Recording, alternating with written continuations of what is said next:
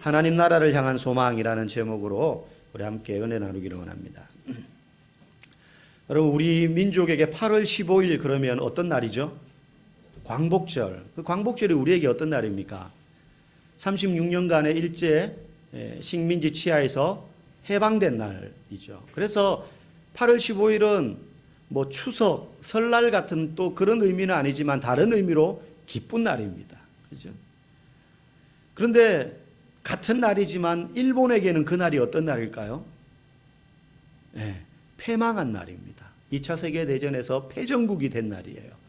그래서 똑같은 날인데 그날 우리나라 사람들은 태극기를 개양하고 광복절의 의미를 다 기억하기 때문에 좋은 날, 기쁜 날, 단순히 공휴일이 아니라 그 의미를 다 알고 즐거운 날 이렇게 받아들이지만 일본 사람들은 치욕의 날, 전쟁에서 패배한 날, 그래서 어떤 의미에서는 그들에게는 슬픈 날이에요. 이처럼 똑같은 날인데 어떤 쪽에는 기쁜 날이 되고 어떤 쪽에는 슬퍼하는 날이 되는 때가 있습니다. 우리가 성경을 보면 그런 날이 있어요. 그게 언제냐면 예수님이 이 땅에 다시 오시는 날, 재림하시는 날이라 그러죠. 예수님이 이 땅에 다시 오시는 날이 그런 날이에요. 우리가 중간중간에 뭐 절기라든지 다른 날이 있어서 설교를 요한계시록을 조금 이렇게 쭉 하지는 못했지만 지금 우리가 7가지의 7 임봉의 심판 그리고 7 나팔 심판 이렇게 보고 있거든요. 그리고 나중에 나올 7 대접의 심판 이렇게 3개가 있는데 그 사이사이에 또 다른 이야기들이 막간에 껴있죠. 근데 오늘은 그 나팔 심판 중에 7번째 나팔이 울릴 때 일어나는 일에 대해서 기록하고 있는데 이 7 나팔은 다른 나팔이나 인을 뗄 때에는 구체적인 이러이러한 어떤 파괴적인 재앙이 이 땅에 일어날 것이다 라는 게 묘사되어 있었잖아요. 말들이 튀어나와서 뭐 사람을 죽이고 뭐 물의 3분의 1을 못 먹게 하고 해와 달이 어두워지고 뭐 이런 것들이 있었지 않습니까? 근데 이 7번째 나팔이 불 때는 구체적인 어떤 재앙이 이 땅 가운데 일어날 것이다 라고 말하지 않고 오늘 읽은 본문은 이 날은 예수님이 이 땅에 재림하시는 날이다는 것을 알리는 나팔이라는 거예요. 그런데 예수님이 재림하실 때 어떻게 되느냐? 우리 15절 말씀 한번 읽어보겠습니다. 세상 나라가 우리 주와 그의 그리스도의 나라가 되어 그가 세세토록 왕노릇 하시리로다. 예수님이 재림하실 때 지금 우리가 사는 이 세상의 나라가 그리스도의 나라가 된다. 주의 나라가 된다는 거예요. 그 말은 이 세상의 나라가 예수님이 재림하실 때 완전히 멸망이 종결된다는 거예요. 완전히 사라지고 망하게 된다는 것입니다. 반대로 하나님의 나라는 이 땅에 완성이 된다는 거예요. 여러분 잘 머릿속에 그리셔야 돼요. 예수님이 재림하실 때 하나님의 나라가 완성이 된다는 건 저 눈에 보이지 않는 어딘가에 둥실 떠 있을 것 같은 천국이 완성된다는 게 아니라 그 하나님의 나라가 이 땅에 완전히 임한다는 것입니다. 여기가 하나님의 나라가 된다는 거예요. 그러면 기존에 있던 이 세상의 나라는 완전히 뒤집어서 망하고 없어진다는 거예요. 새로운 나라가 된다는 거예요. 그러니 8월 15일이 우리 민족에게는 광복의 기쁜 날이고 일본 사람들에게는 패전의 슬픈 날인 것과 같이 예수님이 이 땅에 재림하시는 그날, 재림하시기 전까지 여러 가지 일들이 일어나요. 근데 재림하시는 그날에는 이 세상 나라가 완전히 없어지고 이 땅에 하나님의 나라가 완벽하게 임하는 날이다.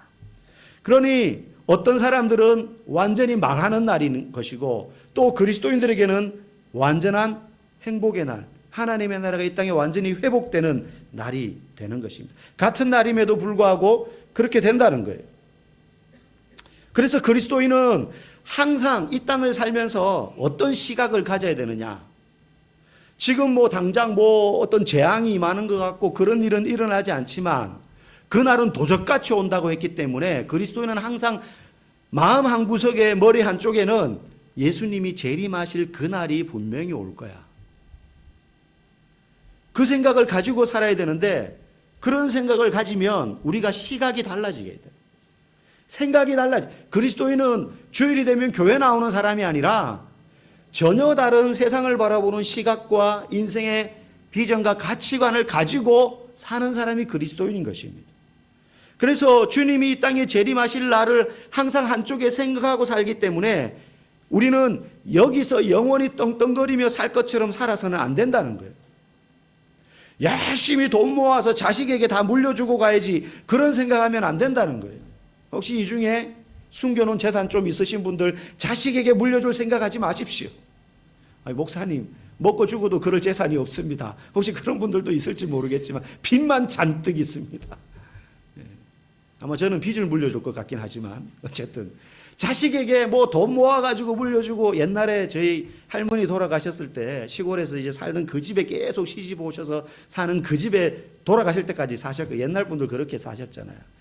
돌아가셨는데 보면 이제 장례 다 치르고 살림살이 뭐 이런 거 할머니 쓰셨던 거 이렇게 다 모아서 태우고 뭐 이렇게 처리하잖아요. 농안에 뒤지고 장판 걷으니까 그 안에서 뭐가 나옵니까? 돈이 나오는 거예요, 돈이. 말로만 듣던. 할머니들 뭐 은행 가고 이런 것도 힘드니까 뭐 자식들이 용돈 주고 뭐 돈 좀 생기고 하면 그거 다 그냥 집안 어딘가에 이제 넣어 놓는 거죠. 그 나중에 보면 그게 나오는 거예요. 그럼 자식들이 그거 보고 이제 울잖아요. 마음이 아프니까. 여러분, 그런 거 하지 말라는 거예요. 주님이 다시 오실 때를 기대하고 사는 그리스도인이라면, 여러분, 이 세상은 점진적으로 때로는 우리가 정말로 확연하게 느낄 만큼 멸망을 향해 달려가고 있다는 걸 느낍니다. 세상에 일어나는 여러 가지 일들을 보면 전쟁, 기근, 또 자연재해. 얼마 전에 대만에서도 큰 지진이 났잖아요. 고가도로인데요, 차가 가다가 고가도로가 막 출렁여요. 흔들다리처럼. 차들이 못 가고 전부 어쩔 줄 모르고 가만히 서 있는 거예요. 차들이 들썩들썩 거리는 거예요. 아마 그 순간 그 안에 있었던 사람들은 생과 사를 오가는 그 찰나에 마음을 느꼈을 거예요. 경험했을 거예요. 이 세상은 점진적으로 멸망을 향해 달려가고 있어요. 우리 개인도 마찬가지예요. 그래서 어떤 철학자는 인간은 태어나면서부터 죽음을 향해 달려간다고. 죽음을 향해 달려간다. 나이를 먹는다는 건 그런 거다라고 말하지 않습니까? 그러나 동시에 하나님의 나라는 점점 이 땅에 완성되어 간다는 거예요. 그러므로 우리는 이 세상이 영원할 것처럼 살지 말고 하나님의 나라가 완전히 임하는 것을 준비하면서 살아야 되는데, 뭐 하면서 살아야 되느냐? 주어진 시간 동안 최선을 다해서 복음을 전하는 거예요. 주님의 나라가 이 땅에 가까이 임하고 있다는 것을 전하는 거예요. 근데 이걸 너무 단순하게 생각해서, 그러면 그래, 복음 전해야 되니까는 뭐 공부하는 게 뭐가 중요해? 일하면서 돈 버는 게 뭐가 중요해? 학교도 때려치우고 공부도 포기하고 직장도 때려치우고 교회 와서 기도만 하고 나가서 예수 믿어서 전도만 하면 되겠구나. 그러면 이제 이단으로 빠지는 거예요. 복음을 전하고 하나님의 나라가 이 땅에 임하고 있다는 사실을 생각하며 산다는 건 그렇게 단순한 게 아니에요.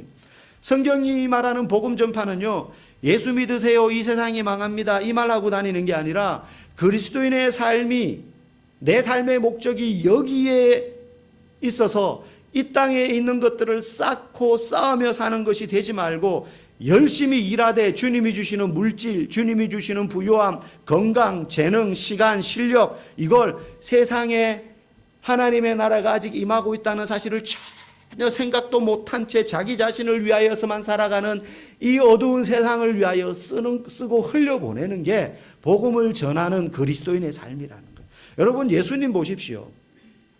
만약에 하나님의 나라가, 내가 왔기 때문에 이제 하나님의 나라가 이 땅에 임하기 시작했다는 것을 알리기 위해서 전하기만 하셨습니까? 예수님 그러지 않으셨어요. 가르치시고 죄인들과 함께 먹으시고 그들과 함께 우시고 슬퍼하시고 이야기하시고 때로는 기적을 행하시고 삶으로 보여주시는 거예요. 삶으로. 사람들이 예수님을 따를 때 예수님이 하신 말씀이 좋아서 따랐던 게 아닙니다. 그 말씀도 기존의 바리새인들이나 율법 교사들하고 다르기도 했지만 예수님이 보여주시는 삶의 모습이 율법대로 산다고 하는 바리새인들과는 또 달랐기 때문에 그 삶을 보고 사람들이 예수님을 따랐던 것이거든요. 환호했던 것이, 야, 저 사람은 뭔가 다르다는 거죠. 막 율법 좀 안다고, 신앙 좀 있다고 의스대는 저 율법 교사들, 바리새인들, 평소에 그들이 우리와는 다르게 존경받을 사람이라고 생각했지만 예수님이 와서 외치는 말과 그 외치는 말처럼 살아가시는 모습을 보니 죄인들과 스스럼 없이 부대끼고, 심지어 유대인인데도, 유대인 남자인데도 사마리아 여인에게 찾아가고, 때로는 창기 같은 여자에게도 은혜를 베풀고 이방인에게도 치유하시고 이런 걸 보면서 야, 저 사람은 다르구나. 삶을 보고 사람들이 예수님을 쫓았던 것처럼 우리가 하나님 나라가 임할 것을 소망하며 사는 그리스도인이라면 우리의 삶이 그러해야 된다는 것입니다. 여러분의 물질, 여러분의 지식, 사회적 신분, 지위 이걸 나를 위해서 쓰는 게 아니라 세상의 연약한 자, 내 도움이 필요한 한 사람, 내 주변에 뭐 대단한 기부를 하고 대단한 선을 베풀라는 게 아닙니다. 내가 살고 있는 바운더리 넓지 않아요. 내가 관계 맺고 있는 사람 그렇게 많지 않아요. 그 사람들에게 빛의 삶, 소금의 삶을 보여주며 자꾸 쓰라는 거예요.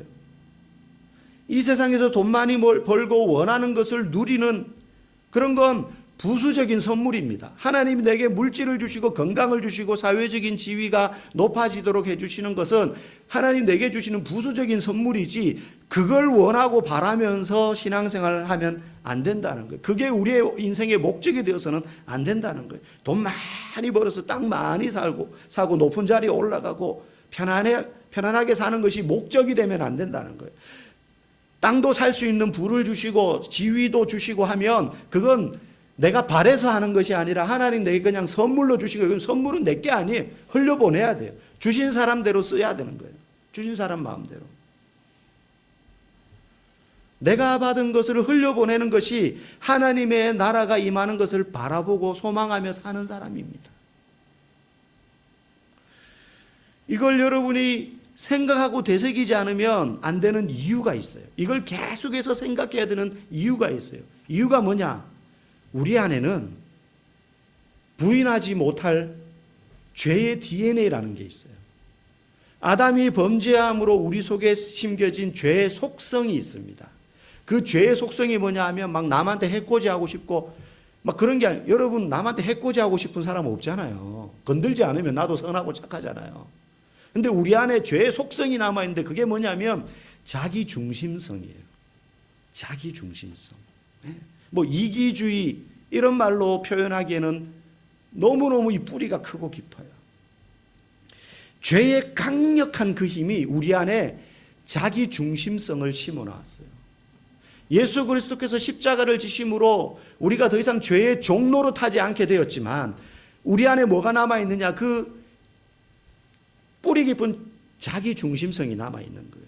여러분 이게 면밀히 관찰해야 알 수 있는 대단한 게 아니에요. 우리 모두의 안에 이 자기중심성이 있다는 건 너무 간단하게 확인할 수 있어요. 여러분 중에 운전하시는 분이 있잖아요. 운전하시는 분 운전할 때 여러분 이런 생각 해보신 적 없으세요? 딱 운전하고 가는데 내 앞에 정속주행하면서 느릿느릿 가요. 속으로 생각합니다. 저런 멍청한 놈. 운전도 제대로 못하면서 빨리 가야지. 여러분 우리는 나보다 늦게 가면 다 멍청한 놈이라고 생각해요. 그런데 그때 옆에서 쌩 해가지고 막 촥촥촥 해가지고 막 지나가요. 그럼 속으로 뭐라 그럽니까? 저 미친놈. 나는 내가 딱 기준이에요. 나보다 늦게 가면 다 저 자동차 왜 끌고 나서 저렇게 운전할 거 집에 가서 밥이나 하지 멍청하게 그렇게 생각하고요. 나보다 빨리 가면 저 미친놈 죽으려고 환장했구나 이래요. 나도 과속하고 있으면서 내 뒤에 있는 누군가는 나를 보면서 또 그 생각을 하는 거예요. 멍청한 놈. 여러분 우리 내면에 이런 게 있어요. 이 자기중심, 철저히 내 중심으로 생각하는 거예요. 자기중심성이라는 필터가 있어가지고 끊임없이 상대를 판단할 때 내 기준으로 상대를 판단해요. 여러분 그 기준이 절대적으로 옳은 기준일 수가 없잖아요. 여러분 우리가 한 사람을 판단할 때 내 경험, 내 지식, 살아온 그런 삶의 나이테, 내 역할이라는 필터로 상대방을 바라보면요. 그 사람을 제대로 알기도 전에 그 필터로 상대방을 결정해버려요. 아, 저 인간은 저렇구나. 여러분 그런데 사람이라는 게 그렇게 단순하지 않잖아요. 여러분 20년 30년 산 부부도 그 인간 속을 모를 때가 있어요. 저 인간 속을 모르겠다. 사람이 그렇게 단순하지 않거든요. 그리고 사람은 또 변해가요. 변해가. 서울에 지금은 폐교되고 없는 성지고등학교라는 학교가 있었어요. 이 학교가 되게 유명한 학교였어요. 왜 유명하냐? 소위 그러니까 예전에 있었던 학교. 제가 중학교 다닐 때 저희 지역에 이제 고등학교 인문계 고등학교를 가는데 이 두 학교는 절대 가면 안 돼 하는 그런 학교가 있었거든요. 그러니까 인문계 중에서 소위 말하는 제일 따라지. 거기는 양아치들만 가는데 뭐 이런 인식이 있는 학교들이 지역마다 있었어요. 성지고등학교가 그런 학교였어요. 거기는 전부 다 좀 문제아들이 소위 모이는 학교로 유명했어요. 그런데 그 학교의 교장 선생님이었던 한 선생님의 인터뷰를 제가 들은 적이 있어요. 그 인터뷰 들으면서 전 눈물이 났어요. 이분이 교장으로 부임한 첫날에 술 취해서 복도에서 비틀거리는 학생을 본 거예요. 고등학생인데 술 취해서 비틀거리는 거예요, 아침부터. 그래가지고 야, 너 뭐야? 이랬더니 입학생이라는 거예요. 그날 얘도 처음 학교에 이제 입학한 학생이에요. 1학년인 거죠. 그래서 교장실로 데려왔어요. 그래서 물을 먹이면서 술이 취했으니까 횡설수설하니까 물을 막 이렇게 먹이면서 이야기를 해보니까 얘가 밤새 이제 식당에서 고기 잘라주는 일을 했어요. 이제 경제적으로 집이 어려우니까 알바를 한 거예요. 입학하는 전날까지. 그런데 이제 고기 잘라주고 이렇게 하니까 밤늦게까지 일하니까 손님들이 귀엽다고 술을 한 잔씩 따라준 거예요. 그 애가 뭣도 모르는 걸 받아 마신 거예요. 주니까 거절 못하고. 그래서 술이 취한 거예요. 근데 술이 취했는데 보통 그러면 어떻게 됩니까? 집에 가서 자야 되는데 그걸 참고 학교에 온 거죠. 그의 내면을, 그 속사정을 보지 않고 겉모습만 보면 얘는 어떤 애냐? 술 취해서 학교에 온 양아치. 학생도 아닌 거예요. 그런데 앉아서 물 한 잔 주고 얘기를 듣는 순간 다른 아이가 되는 거예요. 가장 가정에 효도하는 아이. 그런 상황에도 불구하고 학교에 온 아이가 되는 거예요. 그 얘기하면서 이 선생님이 눈이 샥 빨개지는 거예요. 눈이 빨개지는 거예요.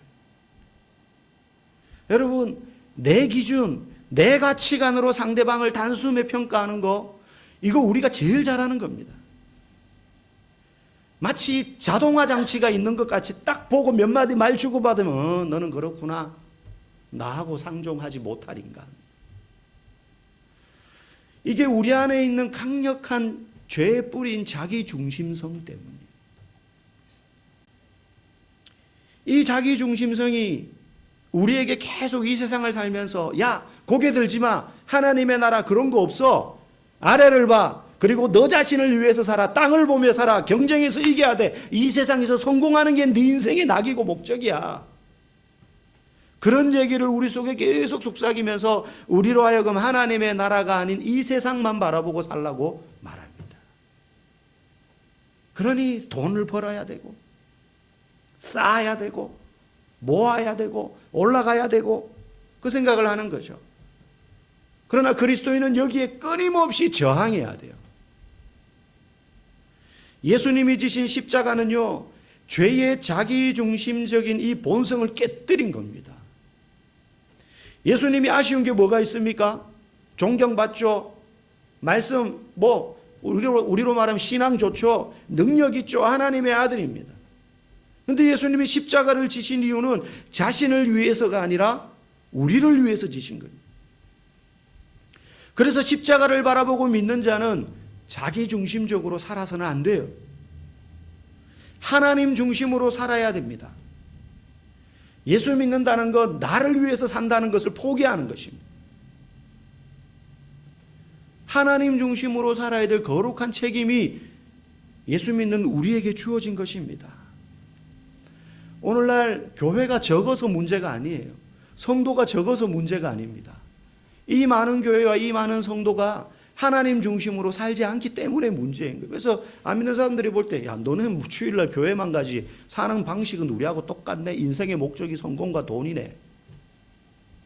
그러니 우습게 보이는 거예요. 하나님 중심으로 살아야 돼요. 세상 사람들이 귀하게 여기는 가치를 아무렇지도 않게 포기하는 거예요. 그걸 보고 다르구나. 예수님을 본 많은 유대인들이 율법 교사라는 지위로 상대방을 내리깔고 바리새인이라는 사회적인 신분으로 가르치려 들고 하던 사람들과 다르구나 하는 것을 예수님께 보았기 때문이에요. 야, 저런 분인데도 우리 같은 사람과 어울리는구나. 우리와 친구가 되시는구나. 저 예수님을 따르는 제자들이라는 사람들 봐. 전부 어부고 세리고 손가락질 받던 직업을 가지고 있던 사람들이고 우리보다 심지어 못한 신분의 사람들인데 그 사람들이 다 예수님의 제자네. 그러니 예수님을 따르는 것이었어요. 우리에게는 그런 거룩한 삶의 책임이 주어진 것입니다. 예수 믿는다는 건 그런 거예요. 그 하나님의 나라가 오늘 본문은요, 예수님의 재림으로 완성될 것이다 라고 말합니다. 우리 17절 18절 한번 읽어보겠습니다. 그 예수님이 재림함으로 완성되는 하나님의 나라에 어떤 일이 일어나는가, 우리 같이 읽어보겠습니다. 시작. 옛적에도 계셨고 지금도 계신 주 하나님 곧 전능하신 이여 친히 큰 권능을 잡으시고 왕노릇하시도다. 이방인들이 분노하며 주의 진노가 내려 죽은 자를 심판하시며 종 선지자들과 성도들과 주의 이름을 경외하는 자들에게 상 주시며 또 땅을 망하게 하는 자들을 멸망시키실 때소이다. 아멘. 여기 보니까 뒷부분에 주의 진노가 내려 죽은 자를 심판하고 선지자들과 성도들과 작은 자든 큰 자든 이런 사람들은 상 주시고 또 망하게 하는 자들을 멸망시키신다. 상 주심과 멸망이 동시에 일어납니다. 주의 나라가 이 땅에 임할 때에. 여러분, 어르신까지는 아니지만 여러분 작년들은 혹시 영화 어벤져스 혹시 보신지 모르겠어요. 네. 저 엄청 좋아합니다. 저는 그런 영화. 저는 어벤져스 보면서 막 감동의 눈물을 흘릴 수도 있어요. 네. 그 영화의 마지막 시리즈에 보면 엔드게임이 시리즈인데 그 마지막 장면에 보면 우주의 악당인 타노스가 손가락 한번 딱 튕기면 우주의 생명체, 자기가 생각하는 우주의 생명체 절반을 한순간에 제로 만들어 소멸시킬 수 있는 힘이 있는 건틀렛이라는 장갑, 우주의 무기예요. 그거를 이제 손에 딱 넣어요. 그래서 그 무기를 사용 딱 하기 직전에 우리의 영웅인 아이언맨이 거기에 박혀 있는 그런 힘이 있는 보석을 쫙 빼앗아요. 그래서 그 보석을 자기가 탁 착용하는 거죠. 그래서 어떻게 합니까? I am 아이언맨 그러면서 딱 튀기잖아요. 그때 무슨 일이 일어납니까? 의외의 장면이 대폭발이 일어나면서 우주가 막 뽀개지고 막 별들이 떨어지고 이런 일이 일어나는 것이 아니라 악당들이 한순간에 사르르르르 제로 변해서 사라집니다. 풀 한 폭이 꺾이지 않고 사르르르 재가 돼서 쫙 우주의 먼지로 사라집니다. 그리고는 세상에 언제 그랬냐는 듯이 아름다운 평화가 찾아와요. 온 우주와 지구가 막 뽀개질 것 같이 파멸의 직전까지 이르렀다가 탁 튀기니까 악인들만 싹 사라지고 이 세상은 다시 아름다운 평화가 찾아오는 감동적인 영화가 그 어벤져스 엔드게임이에요. 네. 우리 설교 마치고 안 보신 분들 돌아가셔서 꼭 보시기 바랍니다. 2번, 3번 보시기 바랍니다. 네. 여러분, 예수님이 재림하실 때 이런 일이 일어난다는 거예요. 우리는 막 무시무시한 것만 생각하잖아요. 예수 믿는 사람에게 왜 이 날이 소망의 날이냐? 오늘 17절 18절 말씀하시는 것과 같이 주의 진노가 내리는데 심판이 일어나지만 악인들은 멸망시키지만 선지자들과 성도들, 큰 자든 작은 자든 유명한 선지자 아니면 제자 또 복음을 위해서 자신의 목숨을 내어놓았던 자 이런 자 아니라 작은 자, 무명한 자, 저와 여러분 같은 사람, 그런 사람들에게도 상 주신다는 거예요. 상 주신다는 거예요. 네.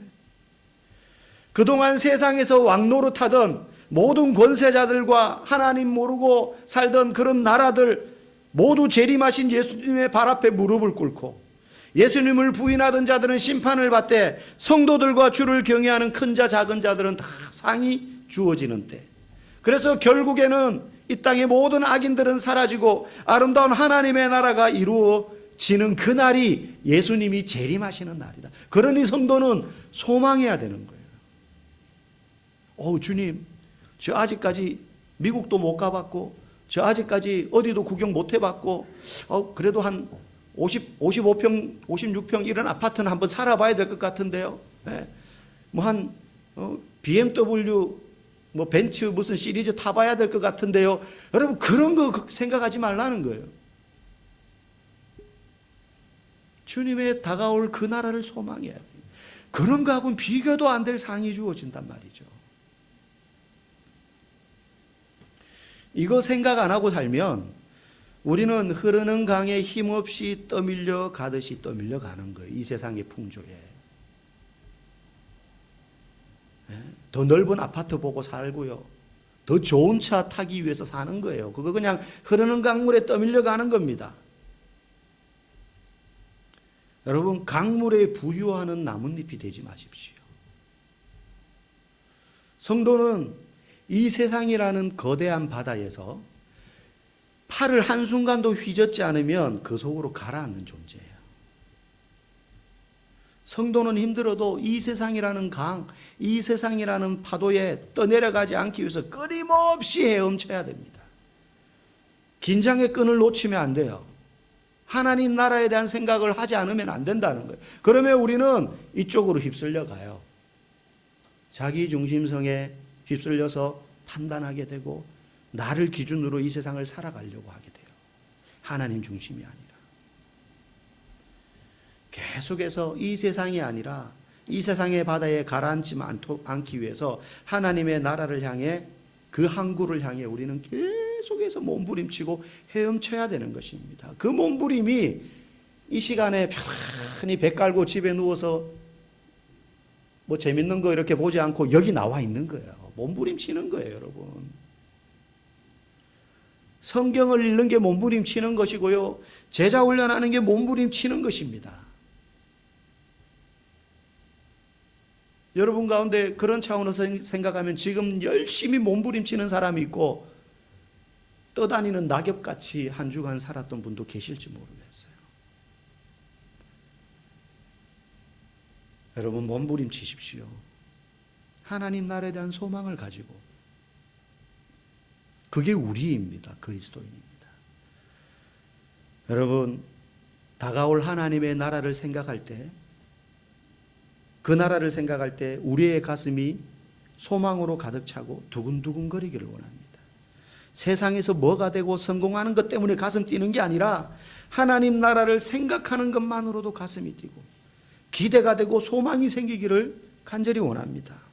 우리 모두가 하나님의 나라를 바라보며 이 땅에서 몸부림치며 가라앉지 않기 위하여 그 나라를 향하여 헤엄치고 달려나갈 때 이 땅에서도 필요를 따라 채우시는 하나님의 공급하심과 은혜가 경험될 줄 믿습니다.